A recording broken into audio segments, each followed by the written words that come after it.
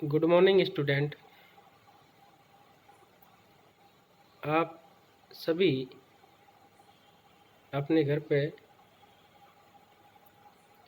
बहुत ही स्वस्थ होंगे अपने परिवार के साथ। आज हम क्वांटम केमिस्ट्री में बोर मॉडल के ड्रॉबैक्स अर्थात बोर मॉडल की कमियां और उनके बाद में डे ब्रोगली हाइपोथेसिस का स्टडी करेंगे। बोर मॉडल की क्या क्या कमियां हैं और उसके बाद में डे ब्रोगली हाइपोथेसिस के बारे में स्टडी करेंगे। तो सबसे पहले हम अध्ययन करते हैं बोर मॉडल की ड्रॉबैक्स कि बोर मॉडल के क्या क्या ड्रॉबैक्स हैं। देखिए, बोर मॉडल के बारे में आपने पढ़ा है कि बोर मॉडल एक तो हाइड्रोजन एटम पर ही लागू होता है और हाइड्रोजन एटम का मतलब है कि वह स्पीशीज जिसमें केवल सिंगल इलेक्ट्रॉन होता है। तो बोर मॉडल की जो कमियां हैं वो फर्स्ट जो ड्रॉबैक है वो ये कहती है कि बोर का परमाणु प्रतिरूप केवल हाइड्रोजन या एक इलेक्ट्रॉन वाले स्पेक्ट्रम की व्याख्या करने में सफल है, बहु इलेक्ट्रॉनिक परमाणु के स्पेक्ट्रम की नहीं। अर्थात ये केवल उसी स्पीशीज के लिए अलाउ है जिसमें केवल सिंगल इलेक्ट्रॉन पाया जाता है, हाइड्रोजन और हाइड्रोजन लाइक्ड आयन हो, क्योंकि और किसी भी परमाणु में हाइड्रोजन के समान एक इलेक्ट्रॉन नहीं होता है, बट यदि उनके आयन्स हों तो उनमें एक इलेक्ट्रॉन हो सकता है। Helium +1, lithium +2, beryllium +3। सेकंड जो है इसकी ड्रॉबैक वो है कि उच्च वेधन क्षमता वाले माइक्रोस्कोप से देखने पर ज्ञात हुआ कि हाइड्रोजन के उत्सर्जन स्पेक्ट्रम की रेखाएं जो एकल प्रतीत होती हैं वास्तव में कई रेखाओं के समूह हैं। अर्थात जब इनको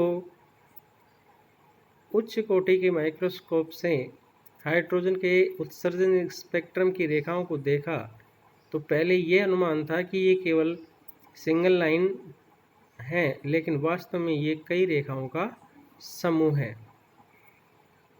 थर्ड जो ड्रॉबैक है वो यदि स्पेक्ट्रम चुंबकीय क्षेत्र में लिया जाए तो इन रेखाओं का पुनः विघटन हो जाता है, जैसे कि अपन ने जीमान प्रभाव में अध्ययन किया था, और ये सूक्ष्म रेखाओं में विभक्त हो जाता है। इसे जीमान प्रभाव कहते हैं। तथा स्पेक्ट्रम विद्युत क्षेत्र में लिया जाए तो भी स्पेक्ट्रम रेखाओं का विघटन हो जाता है, तो इसे स्टार्क प्रभाव कहते हैं। देखिए, मैग्नेटिक अगर फील्ड में लोगे तो जो स्प्लिटिंग होगी उस प्रभाव को कहेंगे जीमान प्रभाव, और इलेक्ट्रॉनिक फील्ड में अगर लोगे तो जो स्प्लिटिंग होगी तो उस प्रभाव को कहेंगे स्टार्क प्रभाव। इन दोनों प्रभावों के व्याख्या बोर के परमाणु मॉडल की सहायता से संभव नहीं है। बोर के अनुसार इलेक्ट्रॉन का कोणीय संवेग का बहुसमाकलन है। बोर के अनुसार इलेक्ट्रॉन का कोणीय संवेग बहुसमाकलन है, जो कि बिल्कुल सत्य नहीं है। बाद में क्वांटम यांत्रिकी द्वारा देखा गया कि कुछ इलेक्ट्रॉनों का कोणीय संवेग भी शून्य होता है। तो ये हाइड्रोजन परमाणु की प्रमुख कमियां थी, और इन कमियों के बाद में आता है नेक्स्ट जो अपन पढ़ेंगे दे ब्रोगली हाइपोथेसिस। दे ब्रोगली हाइपोथेसिस में दो चीज़ें इन्वॉल्व की गई हैं कि पदार्थ अर्थात द्रव्य की जो प्रकृति है वो द्वैत प्रकृति बताई गई है, कि जो भी मैटर है वो डुअल नेचर रिप्रेजेंट करता है। इसके बारे में डिटेल से इसने विस्तार से अध्ययन किया। प्रकाश की तरंग और कण के रूप में द्वैत प्रकृति का अध्ययन। तो देखिए, हम जानते हैं कि व्यक्तीकरण, विवर्तन, परावर्तन, ध्रुवण जैसी घटनाएं प्रकाश की तरंग प्रकृति से की जा सकती हैं। इन घटनाओं की व्याख्या प्रकाश की तरंग प्रकृति से अपन कर सकते हैं, परंतु प्रकाश, विद्युत प्रभाव, क्वांटम प्रभाव, उत्सर्जन और अवशोषण, रमन प्रभाव आदि की व्याख्या प्रकाश की तरंग प्रकृति से संभव नहीं है। इन गुणों की व्याख्या केवल प्रकाश के क्वांटम सिद्धांत से ही की जा सकती है। क्वांटम सिद्धांत के अनुसार प्रकाश तरंग के रूप में न चलकर छोटे छोटे कण के रूप में चलता है। दे ब्रोगली ने जब अध्ययन किया तो उसमें जो क्वांटम थ्योरी थी उसमें ये बताया गया था कि प्रकाश है जो तरंग के रूप में नहीं चलकर छोटे छोटे कणों के रूप में चलता है और जिन्हें फोटोन या क्वांटा कहते हैं। इस प्रकार प्रकाश की सभी घटनाओं को समझने के लिए फोटोन सिद्धांत, जिसे कणीय और तरंग सिद्धांत दोनों ही आवश्यक हैं। अतः यह माना गया कि प्रकाश की द्वैत प्रकृति होती है। दे ब्रोगली परिकल्पना। दे ब्रोगली के अनुसार उच्चित अवस्था में सूक्ष्म द्रव्य कण जैसे फोटोन, इलेक्ट्रॉन और न्यूट्रॉन, प्रोटॉन, इलेक्ट्रॉन और न्यूट्रॉन आदि भी तरंग की भांति व्यवहार करते हैं। यहाँ एक शब्द जुड़ा है उच्चित अवस्था में। उच्चित अवस्था में ही ये तरंग की भांति व्यवहार करते हैं। उच्चित अवस्था में ही तरंग की भांति व्यवहार करते हैं, अन्यथा ये सामान्यतः कण की भांति, क्योंकि इनको तो fundamental particles of A atom नाम दिया गया है। परमाणु के आधारभूत कण, फंडामेंटल या मूलभूत कण। लेकिन अब यहाँ ये कहा जा रहा है कि उच्चित अवस्था में ये सूक्ष्म द्रव्य कण, और सूक्ष्म द्रव्य कण क्या है? इलेक्ट्रॉन, प्रोटॉन, न्यूट्रॉन आदि भी तरंग की भांति व्यवहार करते हैं। तो इसलिए द्वैत प्रकृति न केवल प्रकाश में ही होती है वरना सूक्ष्म द्रव्य कणों में भी होती है। इस प्रकार उन तरंगों को जो द्रव्य कणों जैसे इलेक्ट्रॉन, प्रोटॉन से संबंध होती है, द्रव्य तरंगों या दे ब्रोगली तरंगे कहते हैं। वेव मैटर या दे ब्रोगली वेव्स कहते हैं।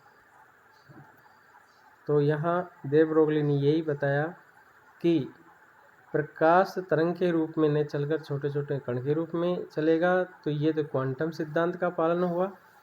और फिर दे ब्रोगली हाइपोथेसिस ने जो दी कि कण जो है वो उचित परिस्थिति में, सूक्ष्म कण उचित परिस्थिति में तरंग की भांति व्यवहार करता है।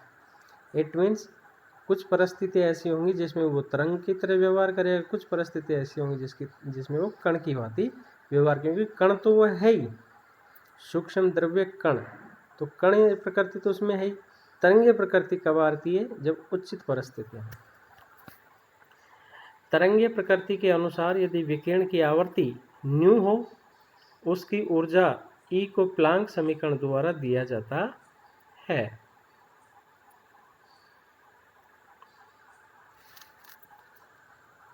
और ये इक्वेशन E=h न्यू होती है। जैसे Planck equation well known equation है, प्लांक इक्वेशन। जब विकिरण को कण के रूप में माना जाता है तो उसकी ऊर्जा आइंस्टीन समीकरण द्वारा दी जाती है, क्योंकि यहाँ फोटोन की बात है, कण की बात है, और वो E=mc² होता है। यार m फोटोन का द्रव्यमान और c वेलोसिटी ऑफ लाइट। उक्त दोनों समीकरणों को मिलाने से h=mc² या mc=h/c बनता है। और इसी इक्वेशन को जब लिखा जाता है तो mc=h/λ या m/h/mc। यहाँ m बाई मिस्टेक लैम्डा के साथ में है, λ=h/p। देखिए p संवेग है फोटोन का, जो कि संहिता और वेग अर्थात मास और वेलोसिटी का मल्टीप्लाई प्रोडक्ट होता है। संवेग क्या है? The product of the mass and the velocity of A particle. P photon का संवेग और लैम्डा विकिरण की तरंग दैर्ध्य है। तो वेवलेंथ और जो फोटोन का संवेग है उसमें जो रिलेशन होता है वो है वेवलेंथ इनवर्सली प्रोपोर्शनल टू संवेग। समीकरण 3 दे ब्रोगली की मूल धारणा का गणितीय स्वरूप है। उन्होंने उक्त समीकरण को कणों की गति में प्रयुक्त किया।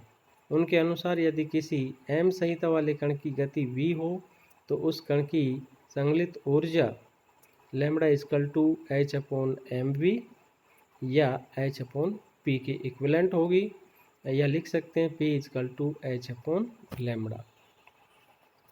अर्थात संवेग इनवर्सली प्रोपोर्शनल टू तरंग दैर्ध्य।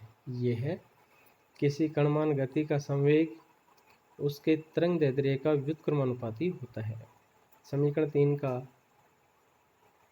दे ब्रोगली समीकरण कहते हैं। उक्त समीकरण के अनुसार कण की संहिता और वेग जितना अधिक होगा उससे संबंध तरंग का तरंग दैर्ध्य उतना ही कम होगा।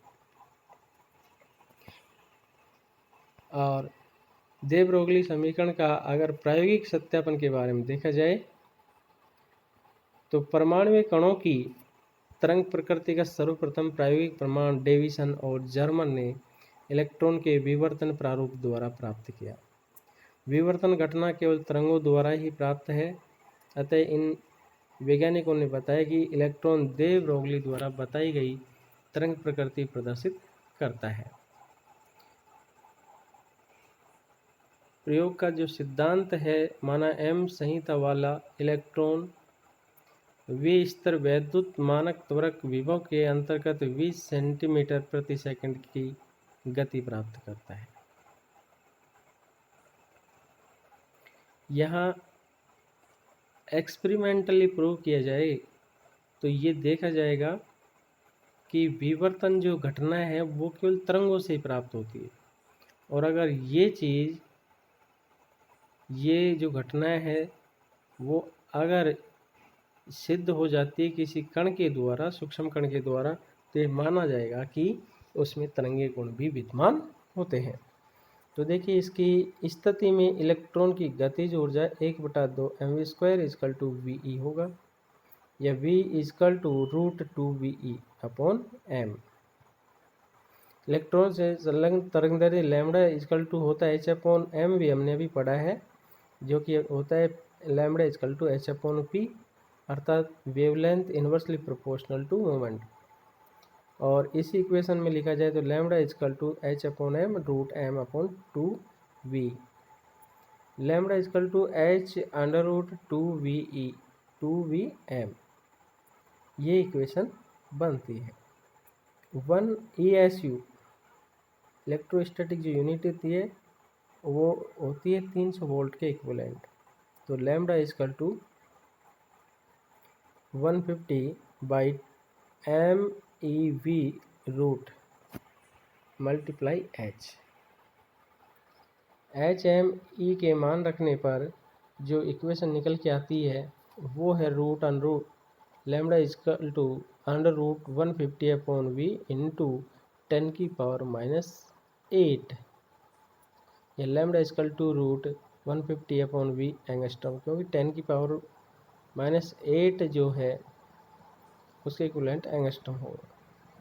समीकरण 4 से स्पष्ट है कि कोई इलेक्ट्रॉन 100 वोल्ट के विभव से त्वरित किया जाता है तो इसके साथ संलग्न दे ब्रोगली तरंग की तरंगदैर्ध्य 1.226 एंगस्ट्रॉम होगी। इस प्रकार से दे ब्रोगली जो इक्वेशन है और लैम्बडा की जो वैल्यू है वो निकल के आती है। इस इक्वेशन में v की वैल्यू इंसर्ट करके हम लैम्बडा का मान ज्ञात कर सकते हैं। तो ये दे ब्रोगली हाइपोथेसिस है, और जिसमें ये बताया गया है कि कुछ जो सूक्ष्म कण होते हैं, कण हैं वो, लेकिन उचित परिस्थितियों में वे भी तरंग की भांति व्यवहार दर्शाते हैं। ये मुख्य बात दे ब्रोगली हाइपोथेसिस में कही गई है। तो आज के लिए इतना ही। Thank you.